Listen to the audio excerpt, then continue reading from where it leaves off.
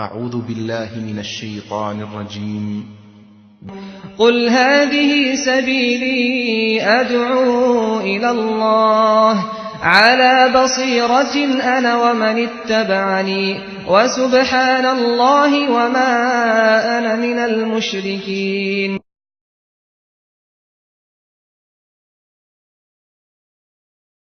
الحمد لله نحمده ونستعينه ونستغفره ونؤمن به ونتوكل عليه ونعوذ بالله من شرور أنفسنا ومن سيئات أعمالنا من يهده الله فلا مضل له ومن يضلل فلا هادي له وأشهد أن لا إله إلا الله وحده لا شريك له وأشهد أن محمدًا عبده ورسوله. اللهم صل على محمد وعلى آل محمد كما صليت على إبراهيم وعلى آل إبراهيم إنك حميد مجيد. اللهم بارك على محمد وعلى آل محمد كما باركت على إبراهيم وعلى آل إبراهيم إنك حميد مجيد.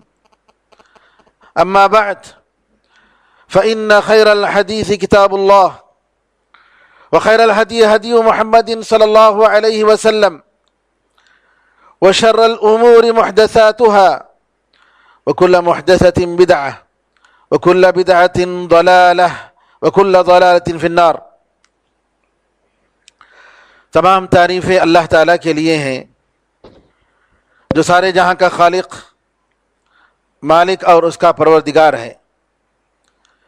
رحمتیں اور سلامتی ہو احمد مجتبیٰ محمد مصطفیٰ محمد ابن عبداللہ پر، جو سارے جہاں والوں کے لیے رحمت بنا کر بھیجے گئے۔ برادران اسلام، دختران ملت، اسلام ساری دنیا والوں کے لیے رحمت بنا کر آیا ہے۔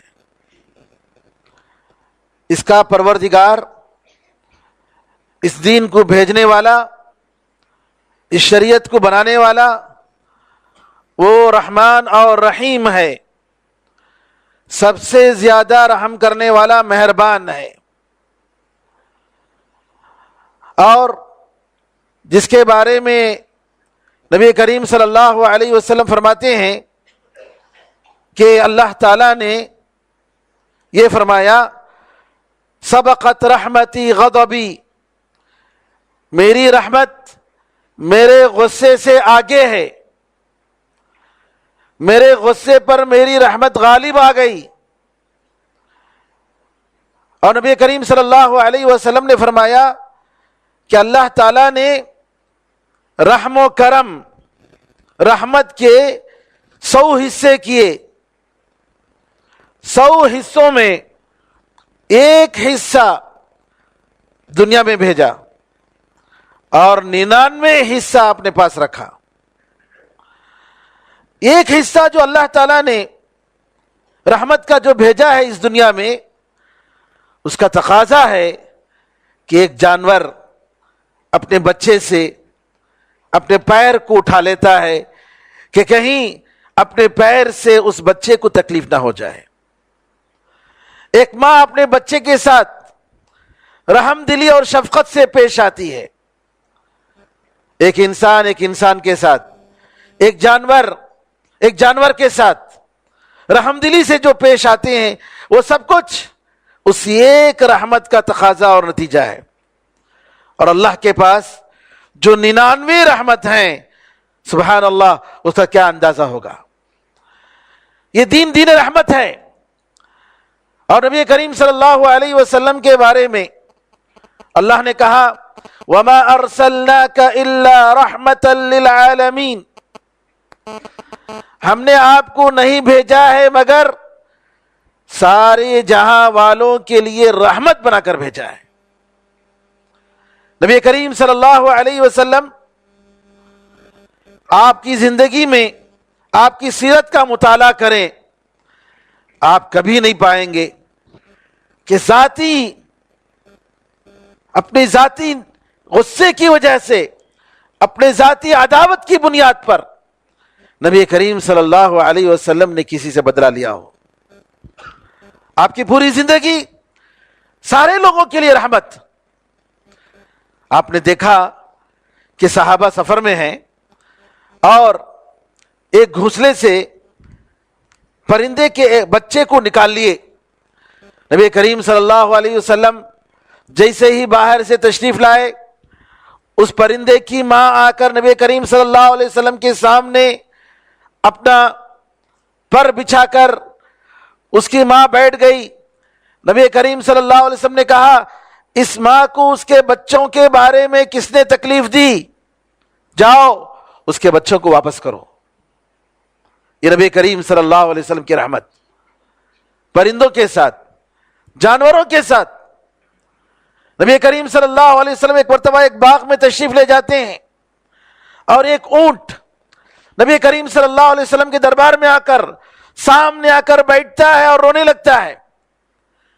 نبی کریم صلی اللہ علیہ وسلم نے کہا، اس اونٹ کا مالک کون ہے؟ یہ اونٹ شکایت کر رہا ہے کہ یہ اس کا مالک اس کو صحیح طریقے سے اس کے کھانے پینے کا انتظام نہیں کرتا ہے اور اس کی طاقت سے زیادہ اس سے کام لیتا ہے. نبی کریم صلی اللہ علیہ وسلم نے بلایا اور بلا کر سمجھایا اس کے مالک کو، اللہ تعالیٰ نے ان جانوروں کو تمہارے لیے مسخر کیا ہے، ان کے ساتھ تم رحم کرو، زمین والوں پر رحم کرو، آسمان والا تم پر رحم کرے گا. یہ دین رحمت اور امن و سلامتی کا دین ہے. لہذا اس کی ساری تعلیمات اپنوں کے ساتھ، غیروں کے ساتھ، جانوروں کے ساتھ رحم کے معاملے کا اللہ تعالیٰ نے ہمیں حکم دیا ہے. نبی کریم صلی اللہ علیہ وسلم نے یہاں تک کہا کہ کوئی آدمی جانور کے سامنے اس کو ذبح کرنے سے پہلے اپنی چھری کو، اپنی چاقو کو تیز نہ کرے اور ایک جانور کے سامنے دوسرے جانور کو ذبح نہ کرے. کہا اس کی بھی جان ہے، اس کی بھی جان ہے. آپ دیکھیں گے میرے بزرگوں، میرے بھائیوں، اسلام نے جو جہاد کا جو حکم دیا ہے، یہ جہاد لوگوں کو قتل کرنے کے لیے نہیں ہے، بلکہ جہاد کی آیتوں کا اگر مطالعہ کریں تو بار بار یہی کہا گیا کہ اگر کوئی حد سے زیادہ آگے بڑھتا ہے، اگر کسی پر ظلم کرتا ہے تو ظالموں کا برا انجام ہے. فلا عدوان الا علی الظالمین. یہاں تک کہا گیا کہ اگر مسجد حرام میں بھی اگر کوئی تم سے لڑتے ہیں تب ان سے لڑو، اگر وہ نہیں لڑتے ہیں تو تم حد سے زیادہ ظلم مت کرو. اسلام نے یہ کہا، لا یجرمنکم شنآن قوم علی الا تعدلوا اعدلوا هو اقرب للتقوی. کسی قوم کی دشمنی، کسی قوم کے ساتھ عداوت تمہیں ظلم پر نہ ابھارے، اس بات پر نہ ابھارے کہ تم ان کے ساتھ انصاف نہ کرو. انصاف کرو. کس کے ساتھ؟ دشمنوں کے ساتھ بھی انصاف کرو. یہ تقوی کے لیے زیادہ قریب ہے، یہ زیادہ بہتر ہے. تو میرے بزرگوں، میرے بھائیوں، اسلامی بہنوں، یہ اسلام کی تعلیمات ہیں.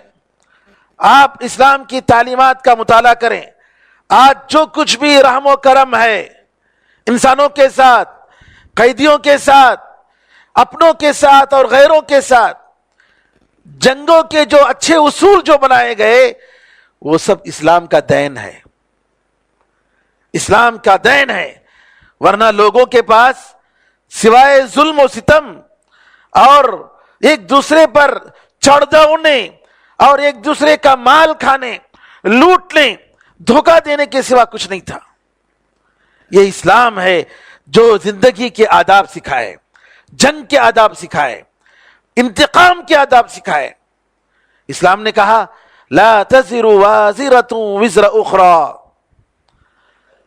کہ کوئی انسان، کوئی بوجھ اٹھانے والی جان دوسرے کا بوجھ نہیں اٹھائے گی. کیا مطلب ہے؟ باپ اگر غلطی کرتا ہے تو اس غلطی کا ذمہ دار باپ ہے، بیٹا نہیں. باپ کی وجہ سے بیٹے کو تکلیف نہیں دی جائے گی.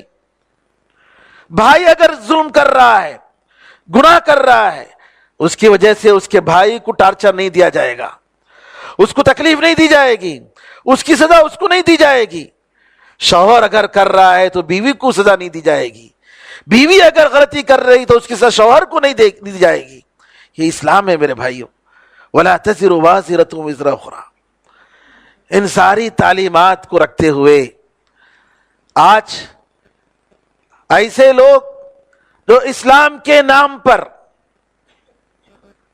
خودکش حملے کرتے ہیں، چرچوں میں جا کر، غیر مسلموں کے دینی اداروں میں جا کر، عبادت گاہوں میں جا کر، چاہے وہ چرچ ہو عیسائیوں کا، چاہے وہ مندر ہو ہندوؤں کا، چاہے وہ کسی بھی مذہب کے ماننے والے ہوں، وہاں جا کر خودکش حملے کرنا اور نعوذ باللہ لوگوں کی جان لینا، معصوم جو لوگوں کی جان لینا، اسلام سے اس کا کوئی بھی تعلق نہیں ہے۔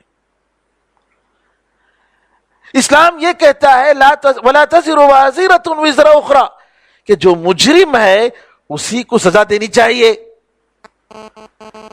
جو مجرم نہیں ہے اس کے مذہب کے ماننے والے کو مارنا، کہ ہمارے لوگوں کو، ہمارے بھائیوں کو کسی ملک میں کچھ عیسائیوں نے مارا، یہ کون سا دین ہے میرے بھائیوں؟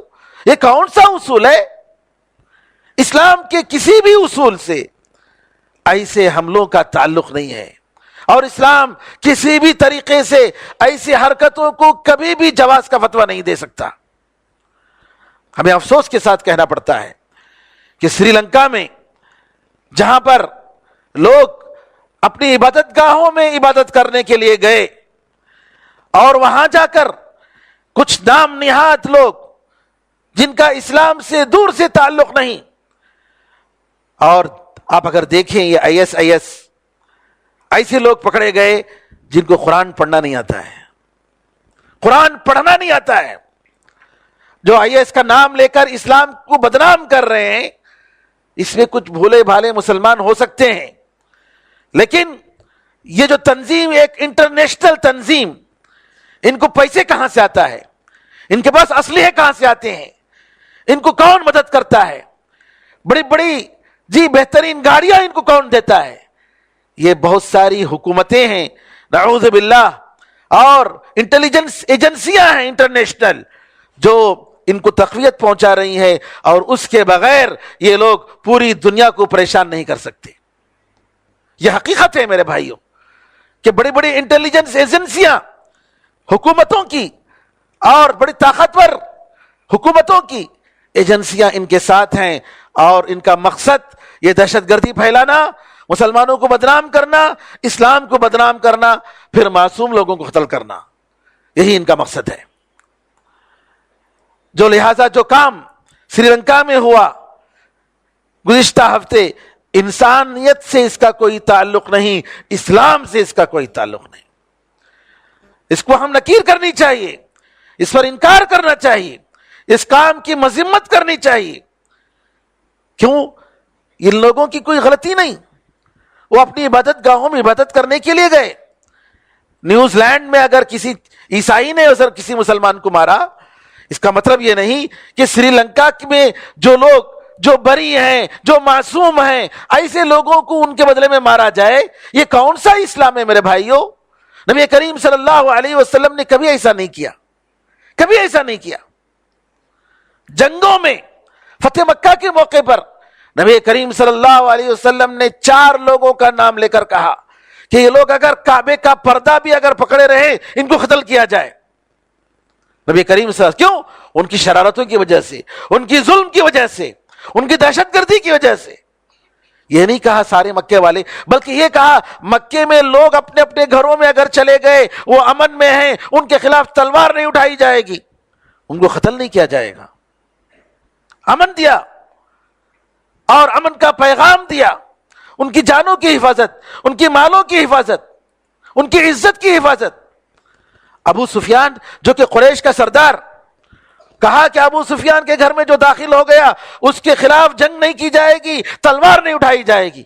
سبحان اللہ، یہ کون لوگ تھے جو نبی کریم صلی اللہ علیہ وسلم کو مارنے والے، آپ کی جان کے درپے تھے، آپ کے سر پر 100 اونٹوں کا انعام رکھا تھا.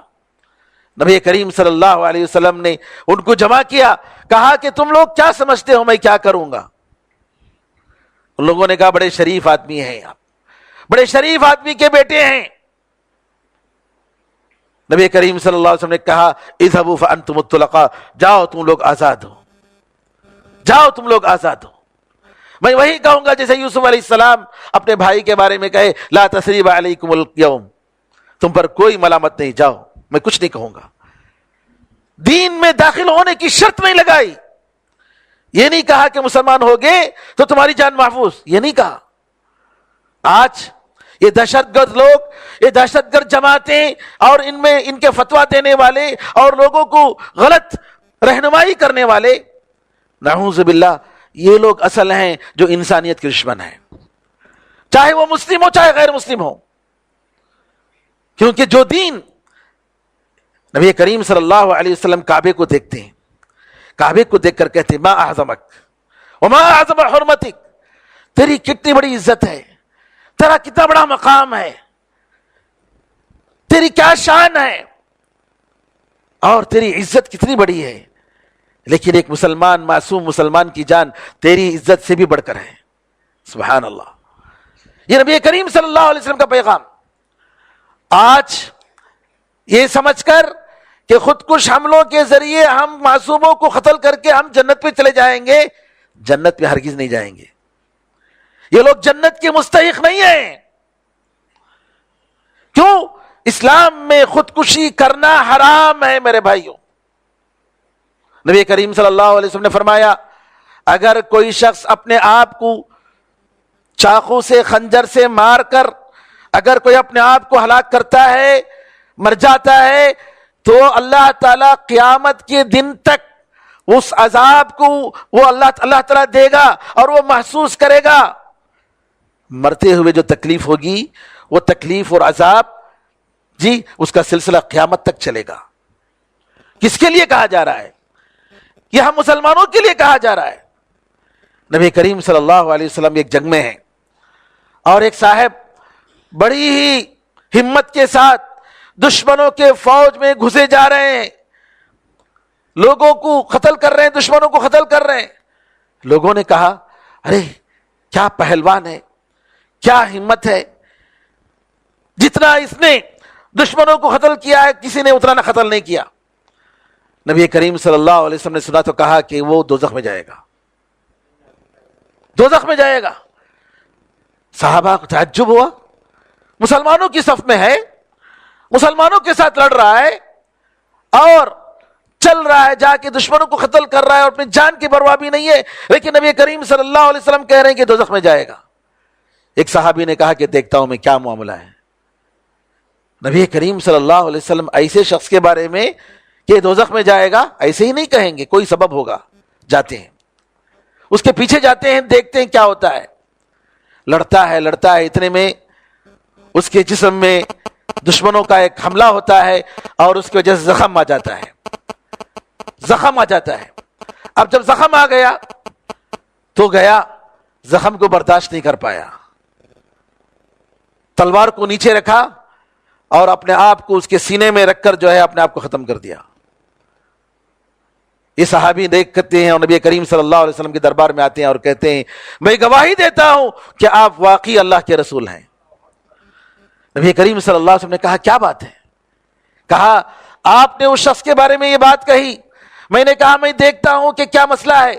میں گیا اور میں نے دیکھا کہ اس شخص کو لڑتے لڑتے زخم آ گیا, اور جب وہ زخمی ہو گیا اپنی زخم پر وہ برداشت نہیں کر پایا, صبر نہیں کر پایا, اور اس نے اپنے سینے میں خنجر کو رکھ کر تلوار کو رکھ کر اپنے آپ کو ختم کر دیا. نبی کریم صلی اللہ علیہ وسلم نے کہا اشہد ان لا الہ الا اللہ واشہد انی رسول اللہ, میں گواہی دیتا ہوں کہ اللہ کے سوا معبود برحق عبادت کے لائق کوئی نہیں, اور میں گواہی دیتا ہوں کہ میں اللہ کا رسول ہوں. میرے بزرگوں, دہشت گرد یہ حملے, یہ خودکش حملے, بعض ایسے لوگ جن کے پاس کم علم ہے ان لوگوں نے جواز کا فتویٰ دیا ہے, جبکہ علماء کبار علماء جو بڑے بڑے علماء ہیں جی ان کا یہ فتویٰ ہے کہ دہشت گرد یہ خودکش حملے کسی بھی طریقے سے جائز نہیں ہے. حرام ہیں۔ تو لہذا ہم لوگوں کو چاہیے کہ حق اور باطل میں فرق کریں، اہل حق اور اہل باطل میں فرق کریں۔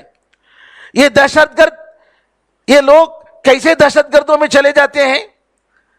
اس لیے کہ ہر اسلام کا نام لینے والا، اسلام کے نام پر جھنڈا اٹھانے والا مخلص ہونا اور صحیح راستے پر ہونا ضروری نہیں ہے۔ یہ نتیجہ ہے آج ان نوجوانوں کو جو اپنے کون سے کس جماعتوں میں داخل ہو جاتے ہیں اور یہ دیکھتے نہیں کہ جماعت، یہ پارٹی کیسی پارٹی ہے، ان کا عقیدہ کیا ہے، یہ اپنے علماء کی نگرانی میں ہے کہ نہیں ہے، کوئی فکر نہیں، اور سمجھ کہتے ہیں کہ اچھا کام کرتے ہیں، اور یہ سمجھتے کہتے ہیں کہ نہیں اچھا کام کر رہے ہیں، مسلمانوں کا کام کر رہے ہیں۔ کیا مسلمانوں کا کام کر رہے ہیں؟ لہٰذا میرے بھائیوں، نبی کریم صلی اللہ علیہ وسلم کا یہ جملہ جو صحیح مسلم میں ہے، من قاتل تحت رأیت عمیہ فمات فمیتته جاہلیہ، اگر کوئی شخص کسی انجانے unknown جھنڈے کے تلے لڑتا ہے، اس کو معلوم نہیں کہ کس کی وجہ سے لڑائی ہو رہی ہے، بس وہ سمجھ رہا ہے کہ جو یہ جماعت کا بڑا ہے اچھی باتیں کر رہا ہے، نہیں، دیکھنا چاہیے کہ کیا وہ مخلص ہے، کیا وہ نبی کریم صلی اللہ علیہ وسلم کے طریقے پر ہے، سنت پر ہے، کیا اس کی باتیں واقعی علماء اس کی تصدیق کرتے ہیں کہ تصدیق نہیں کرتے۔ آج کتنے نوجوان نعوذ باللہ ایسی غلط پارٹیوں میں، غلط جماعتوں میں جا کر یہ سمجھتے ہیں کہ وہ بہت بڑا کام کر رہے ہیں، وہ دین کی خدمت کر رہے ہیں، وہ مسلمانوں کی خدمت کر رہے ہیں، وہ مسلمانوں کی خدمت نہیں کر رہے ہیں، وہ دین کی خدمت نہیں کر رہے ہیں۔ نبی کریم صلی اللہ علیہ وسلم نے فرمایا، اگر کوئی شخص ایسے جھنڈے کے نیچے لڑتا ہے جس کے بارے میں معلومات نہیں ہے، صفائی نہیں ہے، علماء نے جس کے بارے میں گواہی پیش نہیں کی، اور مر جاتا ہے، نبی کریم صلی اللہ علیہ وسلم نے فرمایا اس کی موت جاہلیت کی موت ہے، اس کی موت جاہلیت کی موت ہے۔ لہذا جان، انسان کی جان اللہ کی امانت ہے میرے بھائیوں، اللہ نے آپ کو دیا ہے، اور ہر آدمی اپنی جان کو یا ہے کہ اپنے جسم کے کسی حصے کو نقصان نہیں پہنچا سکتا، شریعت میں اس کی اجازت نہیں ہے۔ ہم اپنا ہاتھ کاٹ نہیں سکتے، ہم اپنی انگلی کاٹ نہیں سکتے، اپنے جسم کو ہم نقصان نہیں پہنچا سکتے، یہ اللہ کی امانت ہے اور اس کی حفاظت کرنا ہمارا فرض ہے۔ نبی کریم صلی اللہ علیہ وسلم کے زمانے میں ایک صحابی لڑتے لڑتے انہوں نے اپنے ہاتھ کو کاٹ لیا، اپنے ہاتھ کو کاٹ لیا، جان بوجھ کر کاٹا، غلطی سے نہیں کاٹا، تو جنت میں داخل ہو گئے، لیکن اللہ تعالیٰ نے ان کے ہاتھ کو جنت میں جانے نہیں دیا۔ نبی کریم صلی اللہ علیہ وسلم نے دعا کی، اللہم ولیدیہ فاغفر، اے اللہ اس کے دونوں ہاتھوں کو بھی معاف کر، تو اس کے بعد جو ہے اس کے دونوں ہاتھ اس کو جنت میں گئے۔ یہ کیوں؟ یہ سب امانتیں ہیں، یہ جان امانت ہے، یہ سمجھ کر کہ ہم خودکش کر حملہ کر کے ہم دشمنوں کو ماریں گے، 350 جانوں، معصوم جانوں کو لی گئی۔ آج یہ بیوقوف لوگ، یہ دہشت گرد لوگوں کو دوزخ میں ڈالنے کی فکر کرتے ہیں۔ فکر یہ ہونی چاہیے نبی کریم صلی اللہ علیہ وسلم کی طرح کہ ان کو راستہ بتا کر جنت کا راستہ بتائیں، اور وہ لوگ لا الہ الا اللہ کہیں اور جنت پہ چلے جائیں، جنت میں داخل ہو جائیں۔ طائف کا واقعہ آپ جانتے ہیں، نبی کریم صلی اللہ علیہ وسلم کو اتنا مارا گیا، لہو لہان ہو گئے۔ فرشتہ آ کر کہتا ہے اگر تمہاری اجازت ہو تو یہ جو 2 پہاڑ کے بیچ میں یہ بستی طائف کی بستی ہے، ہم ان کو چکنا چور کر کے رکھ دیتے ہیں، ان کو پیس کر رکھ دیتے ہیں۔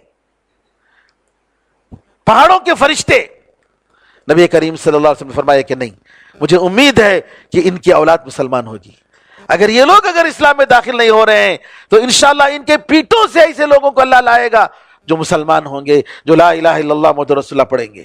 آج ضرورت ہے اس بات کی فکر نہیں کہ ہم لوگوں کو دوزخ میں داخل کریں، نہیں، اس کی فکر کرنی چاہیے، ان کو اچھے طریقے سے سمجھائیں، دین کا راستہ بتائیں، ہو سکتا ہے کہ مسلمان ہو جائے۔ اور حقیقت یہ ہے کہ آج اسلام سے لوگ جو دور ہیں وہ غلط فہمیوں کی بنیاد پر، غلط میڈیا کی بنیاد پر، غلط تصور کی بنیاد پر لوگ صحیح معنی میں اسلام کو نہیں جانتے ہیں۔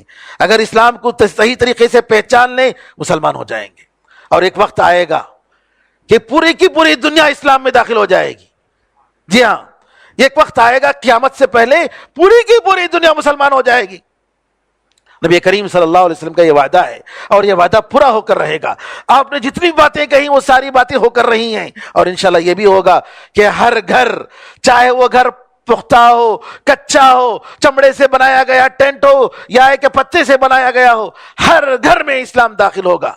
لہٰذا ضرورت ہے اس بات کی کہ ہم اس پیغام کو اچھے طریقے سے لوگوں تک پہنچائیں. یہ نہیں کہ نعوذ باللہ معصوموں کو قتل کریں. ہم اللہ سے دعا کرتے ہیں کہ اللہ تعالی ہم سب کو معاف فرمائے، صحیح اسلام کو سمجھنے کی توفیق عطا فرمائے، معصوموں کی حفاظت فرمائے، معصوموں کی جانوں کی حفاظت فرمائے.